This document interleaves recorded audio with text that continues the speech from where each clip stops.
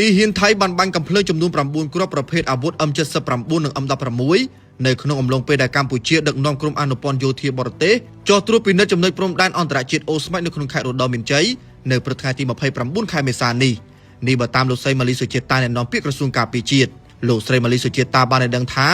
នៅវេលាម៉ោង 10:20 នាទីព្រឹកថ្ងៃពុធទី29ខែមេសានេះក្រសួងការពារជាតិបានសម្របសម្រួលដំណើរទស្សនកិច្ចជាលើកទី2ប្រចាំឆ្នាំ2026របស់ក្រុមអនុព័ន្ធយោធាបរទេសប្រចាំនៅកម្ពុជាចុះសង្កេតការណ៍នៅច្រកអូស្មាច់នៃខេត្តរតនមានជ័យក្រោយបទឈប់បាញ់ចូលជាធរមានលោកស្រីបានបញ្ជាក់ថាមុនការចេញដំណើរទស្សនកិច្ចនេះក្រុមលេខាធិការដ្ឋាននៃគណៈកម្មការព្រំដែនថ្នាក់យុទ្ធភូមិភាគនៃយុទ្ធភូមិភាគទី4របស់កម្ពុជាបានចេញលិខិតជូនដំណឹងជាផ្លូវការទៅកាន់ក្រុមលេខាធិការដ្ឋាននៃគណៈកម្មាធិការព្រំដែនថ្នាក់យុទ្ធភូមិភាគនៃកងទ័ពភូមិភាគទី2ថៃរួចរាល់ហើយ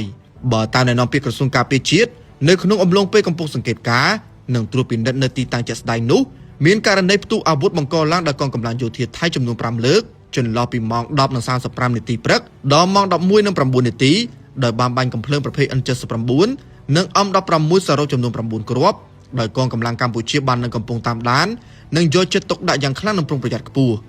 គូបញ្ជាក់ផងដែរថាហេតុការណ៍នេះបានផ្ទុយទៅនឹងស្មារតីនៃបទឈប់បាញ់និងកិច្ចព្រមព្រៀងទាំងឡាយណាដែលភាគីទាំងពីរបានឯកភាពគ្នាដើម្បីកាត់បន្ថយភាពតានតឹងនៅលើកម្ពុជាសន្តិភាពសន្តិសុខនិងភាពស្ងប់ស្ងាត់នៅតាមបណ្ដោយព្រំដែន